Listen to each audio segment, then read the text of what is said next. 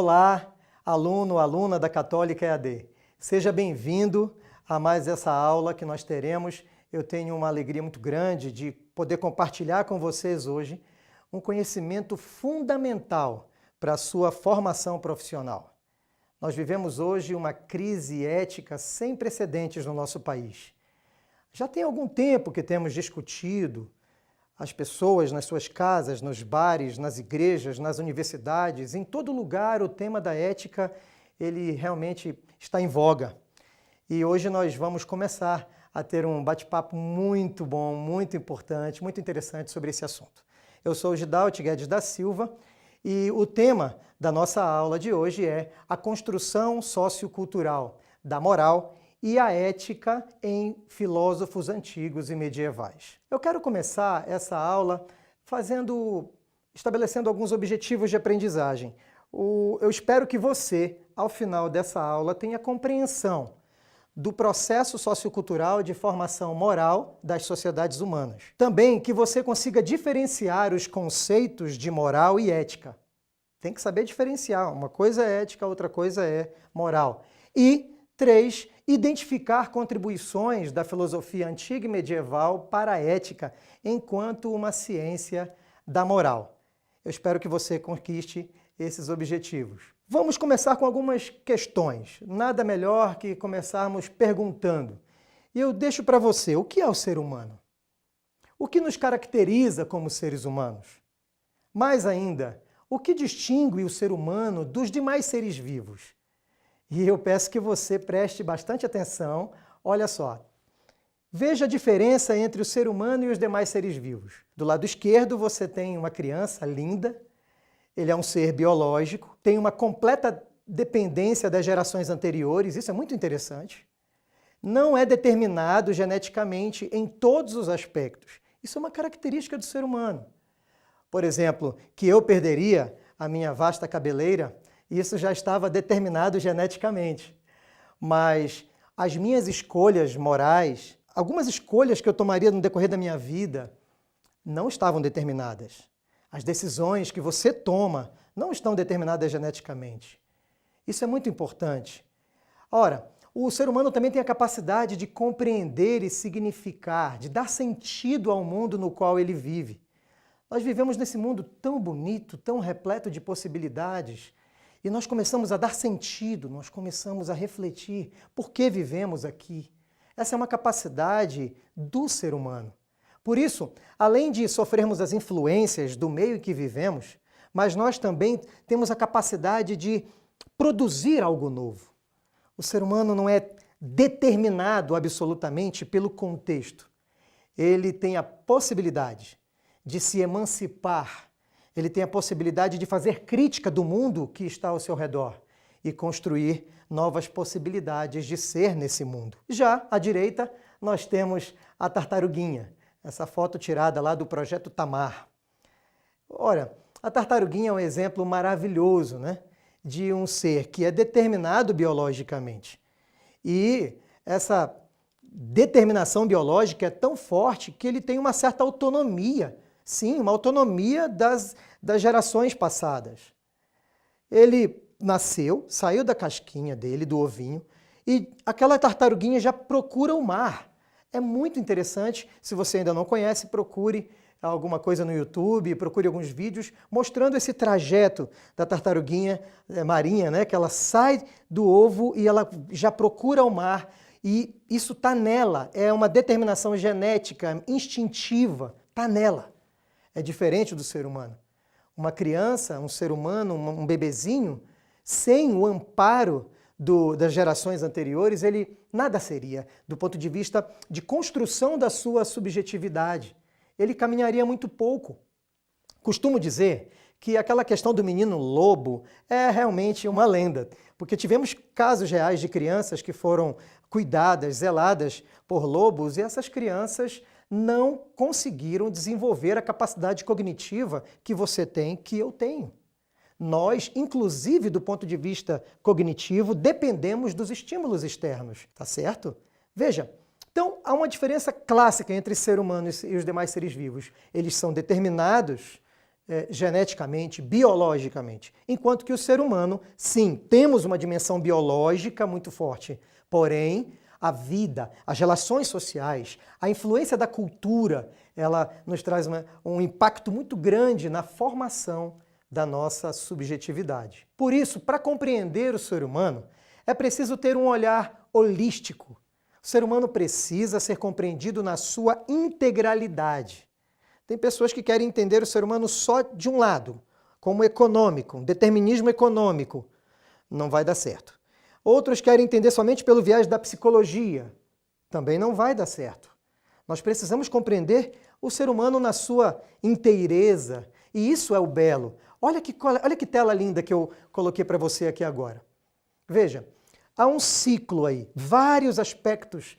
A dimensão biológica, econômica, a tecnologia, esse homem, Homo Faber, né, que trabalha, que utiliza ferramentas, esse homem que também é lúdico, é cognitivo, social, político, ideológico, tem a dimensão afetiva, e tudo isso influencia na construção dos valores. Também temos a questão da espiritualidade. Sim, a espiritualidade ela é uma dimensão do ser humano.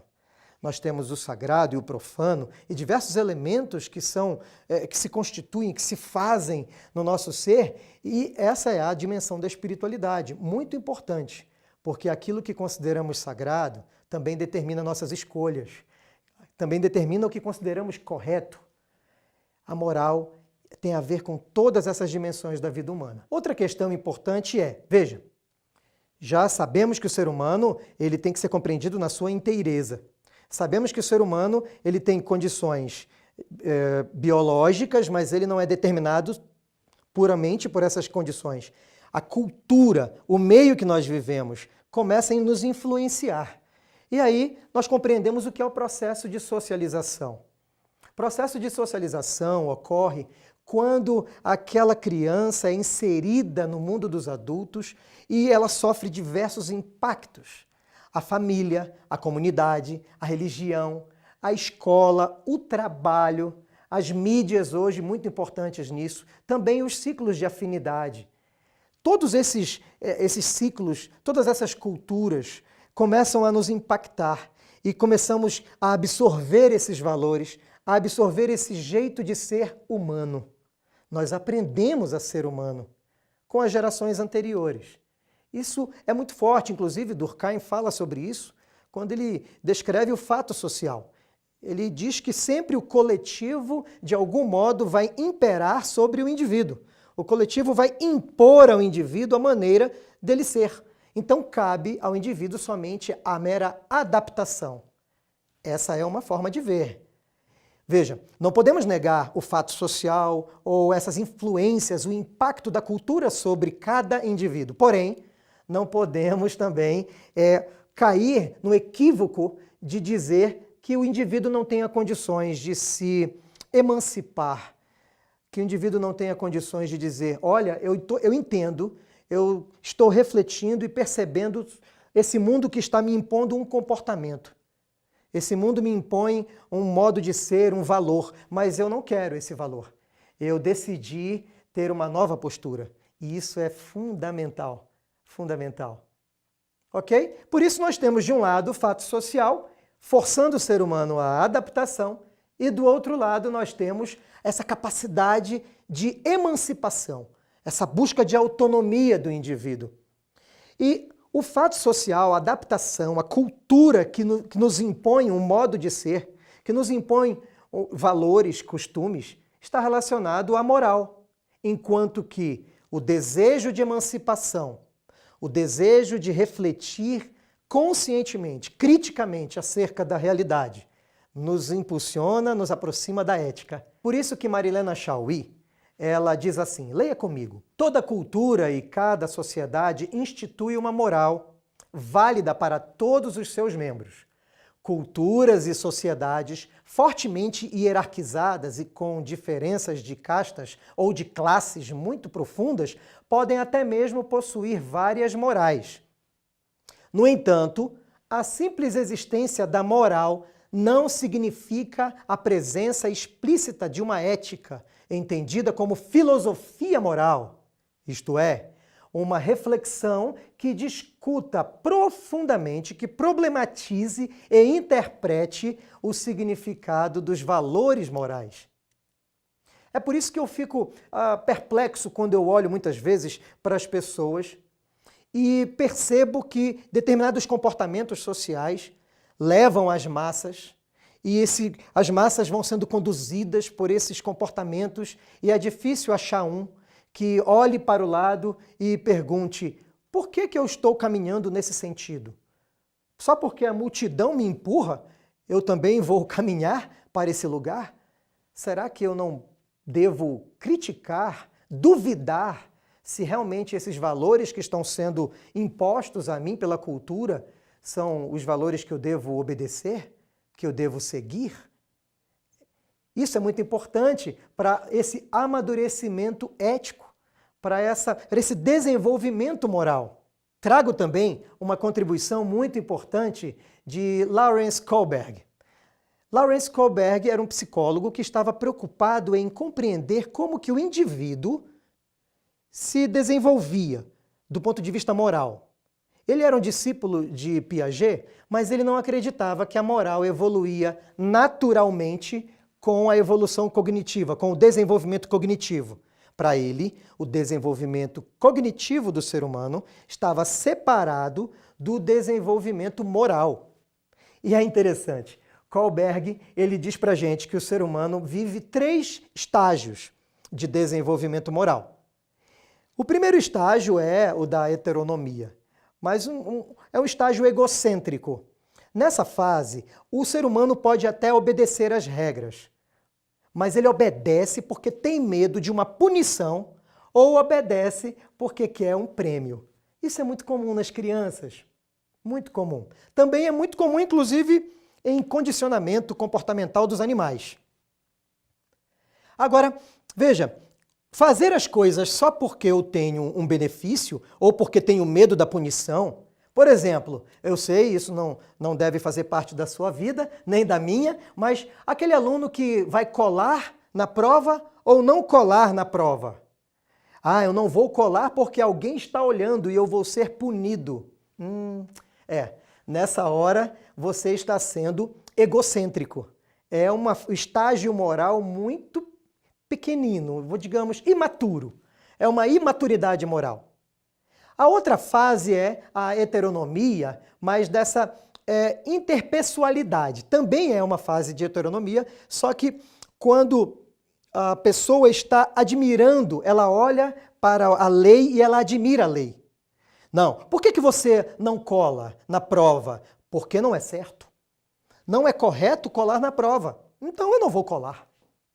Mas por que não devemos colar na prova? Eu não sei, mas a regra é essa. Não devemos colar na prova. E eu sigo as regras. Esse é um outro estágio muito interessante, né, que é o estágio convencional. O primeiro é o pré-convencional, o segundo, o convencional, e o terceiro estágio, que aí sim alcançamos essa maturidade ética. É alguém que ele é o estágio pós-convencional, é a pessoa que ela decide se vai cumprir ou não vai cumprir determinada norma.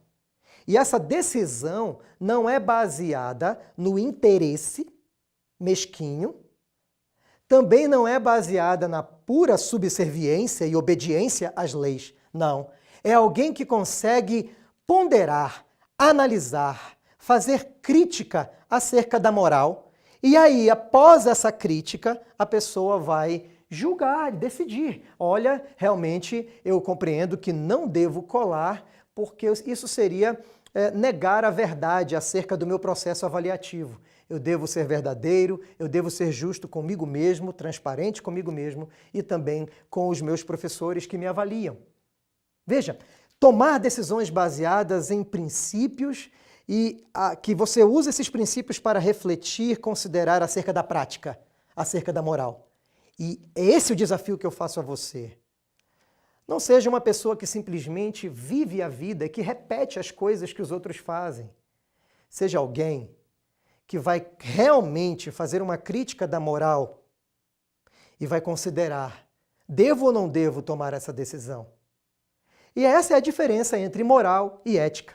Vamos lá? Comigo. Moral é um modo de ser que procede da experiência comum dos valores, mediante repetição, imitação e adaptação. Do outro lado, temos a ética, modo de ser que procede da reflexão acerca da moral coletiva. É uma reflexão, indagando-a, questionando-a como um exercício da autonomia e da liberdade humanas. Como você faz na sua vida? Vocês têm sido uma mera xerox? Costumo perguntar isso aos meus alunos. Você é uma mera cópia?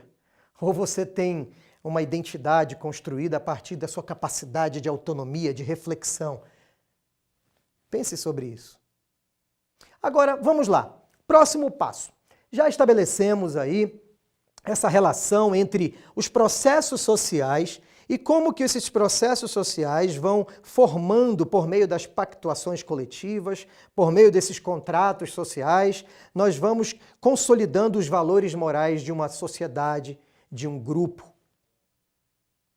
Agora, além disso, também nós sabemos que essas pessoas que vivem nessa sociedade, elas podem simplesmente repetir, seguir o fluxo, ou elas podem fazer uma crítica da moral, uma crítica daquilo que lhes foi imposto. E essa é a diferença entre ética e moral. Só que como que eu vou fazer essa crítica? A partir de que elementos? Quais os critérios eu vou utilizar para fazer uma crítica da moral? É por isso que nós vamos pegar a contribuição de alguns pensadores. O primeiro pensador é Platão. Agora, falar de Platão é meio que falar de Sócrates também. Platão era discípulo de Sócrates. É interessante entender isso, porque Sócrates foi o primeiro que realmente se dedicou a estudar a moral, a fazer uma crítica da moral ética, a fazer uma crítica da moral partindo da razão, buscando um instrumento mais racional, lógico, para compreender esses fenômenos sociais. E ele faz duras críticas à sua geração. Inclusive, você pode ver agora uma pintura que retrata o momento que Sócrates tomou o veneno. Ele foi julgado, na época, condenado a tomar veneno, porque as suas ideias foram consideradas subversivas demais na sua época. Eu não sei você, mas eu estou um pouco assustado, porque me parece que a nossa sociedade sempre tem pessoas que temem, que têm medo, que têm um certo receio das mentes pensantes, daqueles que têm liberdade para fazer a crítica necessária, que a sociedade precisa receber essas críticas, mas essas pessoas são consideradas perigosas, né? Isso lá na época dos gregos, da Grécia Antiga, já acontecia. Mas vamos ver um pouquinho as contribuições de Platão para a gente, né? O que ele traz para a gente de contribuição? Primeiro, a verdade está no mundo das ideias, na razão, e não está no mundo sensível. Vocês já devem ter lido O Mito da Caverna, e Platão ele tem uma suspeita muito grande. Ele suspeita do mundo sensível. Ele olha para as ideias, ele percebe que, por exemplo, o bem, ou vamos falar de coisas simples, a cadeira no mundo das ideias é perfeita. Aí quando você olha para o mundo sensível, é uma representação falseada, é um negócio meio de segunda categoria, né? Ele suspeita muito do mundo sensível. Por isso que, a partir daí, ele começa a construir o seu conceito de moral. Porque para ele, moral tem a ver com o sumo bem, com o belo, com a perfeição. Essa perfeição que está no mundo das ideias, não está no mundo sensível. Por isso, a busca da verdade moral, se a verdade está encontrada no mundo das ideias e não no mundo sensível, a verdade moral também do indivíduo está nesse campo, no campo das ideias. E para que eu viva realmente de acordo com essas virtudes, de acordo com essa busca de aperfeiçoamento, eu preciso olhar para a minha vida no dia a dia, que é um mundo sensível, e colocar um contraponto aqui. De um lado, a minha vida no cotidiano, as relações das pessoas, como as pessoas se relacionam, os costumes, os valores, no mundo sensível. E eu preciso confrontar esse mundo sensível com a perfeição das ideias, com a perfeição da razão. E dessa relação dialética, desse confronto, é que nós começamos a buscar o aperfeiçoamento do meu caminho, do seu caminho de vida. Essa é uma contribuição interessante até de Platão. Mas tem algo que nos preocupa. É que Platão ele acaba estabelecendo uma certa dicotomia entre o corpo e a alma. Sim, dicotomia entre o mundo sensível e o mundo das ideias. E ele começa a olhar para o corpo como algo ruim, o corpo como meio a prisão da alma. E a alma como, sim, aquela que pode se libertar do corpo em algum dia por meio da razão, por meio da emancipação. E aí nós temos outros que foram sendo conduzidos pelo pensamento de Platão, que construíram outras doutrinas filosóficas durante o período helênico, que não vamos entrar aqui agora. Agora é interessante que, veja, essa forma de Platão enxergar acaba depreciando um pouco, né? Acaba depreciando um pouquinho o mundo sensível, depreciando um pouco a sociedade, depreciando... É como se a verdade e o aperfeiçoamento, eu nunca, de fato, poderia encontrar essas coisas na vida, no dia a dia, na sociedade que eu estou vivendo. Agora tem algo que é interessante, feita essa crítica. Platão, ele defende a razão universal. Ora, já que todo ser humano, né, é dotado de capacidade racional e a razão é o caminho para a verdade, logo existe uma verdade que é universal. Já Aristóteles faz uma crítica a Platão. Ele vai dizer, olha, a verdade não está puramente no mundo das ideias, porque não existe a ideia solta, desconectada da existência. Isso é muito interessante. Por isso que o Aristóteles ele começa a convidar, ele nos convida a fazermos uma relação entre a ideia e a existência. A moral, a verdade acerca da moral, ela será descoberta nas situações concretas da vida. Para Aristóteles, a questão do que é o bem para alguém não se resolve pela busca de um tipo ideal de vida boa, na qual teriam as pessoas que inspirar-se.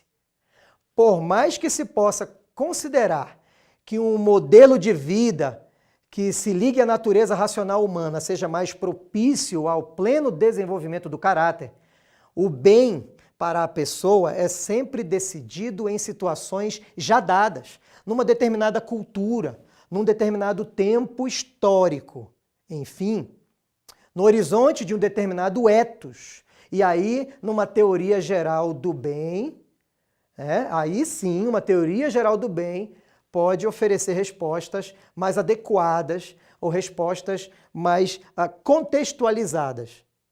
Tá certo? Então, enquanto, de um lado, Platão entende que a razão pode ser um instrumento para julgar tudo, né, isoladamente, como um conceito puro, já em Aristóteles, não. Nós precisamos fazer essa relação entre as ideias e cada realidade, cada situação concreta da vida.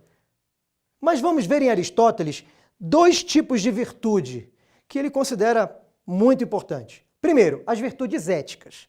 Para Aristóteles, essas virtudes estão associadas aos nossos hábitos. Estão associados mesmo àquilo que nós somos, aquilo que já é hábito, rotina de nossa vida. Enquanto que as virtudes intelectuais, elas estão relacionadas à razão prática, que é a capacidade de fazer crítica da minha prática.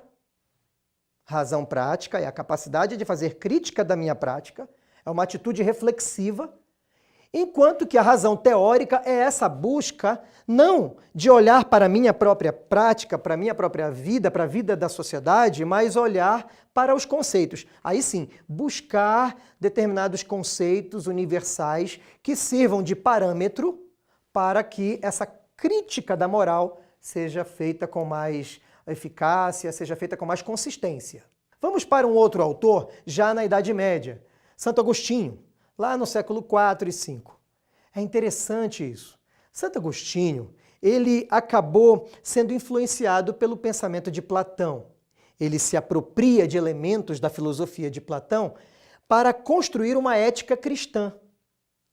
Platão estabeleceu que o fim do bem é viver de acordo com a virtude, certo?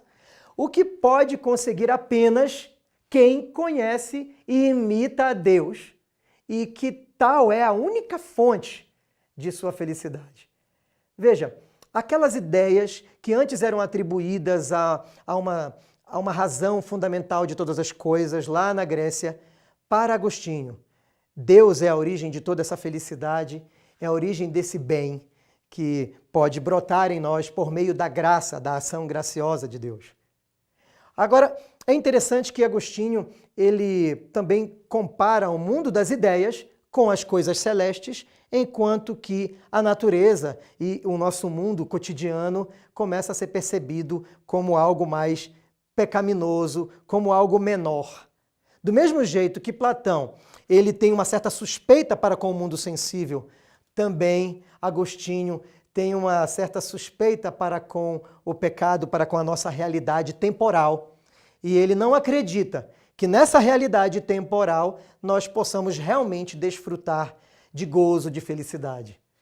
O que nós temos é uma espécie de simulacro, né? Nós temos algo que vai parecendo, mas na verdade a felicidade, a plenitude dessa felicidade, dessa graça, somente acontecerá nas regiões celestes, e ele acaba meio que nos conduzindo a uma maneira de desistir um pouco da transformação do mundo. Isso não é bom. E é por isso que Tomás de Aquino, ele sente a necessidade de retomar Aristóteles. Olha que interessante. É em Aristóteles que Tomás de Aquino irá encontrar a noção de bem comum, da vivência das virtudes como algo inerente aos interesses da cidade, da polis, e o universo da política, não como algo ruim, mas como uma possibilidade de serviço à vontade de Deus. Veja que interessante, eu já me deparei com pessoas que, mesmo sem muita capacidade filosófica, as pessoas não tinham, digamos, a consciência que estavam em uma corrente ou em outra corrente. Mas eu já vi pessoas tão desanimadas, tão desiludidas com o mundo, que elas desacreditavam que a sua ação ética, que a sua ação política no mundo pudesse construir novas formas de ser. Enquanto que, de outro lado, eu vejo pessoas que, mesmo se deparando com duras realidades, se deparando com a fome que ainda está dominando, muito presente no mundo, mesmo se deparando com uma sociedade que não tem nenhum compromisso ecológico, mesmo se deparando com a violência que se alastra, a violência contra a mulher, a violência contra grupos minoritários da nossa sociedade, também pessoas que se deparam com a violência no campo, com a exploração de crianças, sabe? Tantas coisas difíceis. É difícil ver jornal hoje. Eu quero retomar o começo da nossa aula. Vivemos uma crise ética profunda na nossa sociedade. E o que vamos fazer? Nós vamos adotar uma postura de meio que desistência do mundo. Olha, eu vou viver a minha vida buscando o meu aperfeiçoamento moral, no máximo entre os meus amigos, sem um impacto mais profundo na polis, ou eu vou de alguma forma tentar transformar, tentar contagiar esse mundo com uma nova postura, com um novo modo de ser. Essa é uma escolha que nós precisamos fazer. Todos os dias, eu e você, vamos nos deparar com essas escolhas. Vamos caminhar para a conclusão dessa aula, fazendo um breve resumo que você percebe no nosso gráfico. Vamos começar pelos processos socioculturais. Os processos socioculturais, como você pode observar no ciclo, eles, por meio das pactuações, das construções, do fato social, dessas condições muito fortes, condicionamentos sobre os indivíduos, eles promovem o quê? A moral. A moral se consolida, os costumes se consolidam na sociedade. E essa sociedade impõe esses costumes às novas gerações, por meio do processo de socialização. que temos aí em amarelo. Só que os indivíduos, os sujeitos, não são meramente determinados pelo contexto, pelo seu meio, mas eles têm capacidade crítica e eles então se levantam fazendo questionamentos, duvidando. Eles começam realmente a questionar se o rumo que o mundo está levando é a melhor escolha.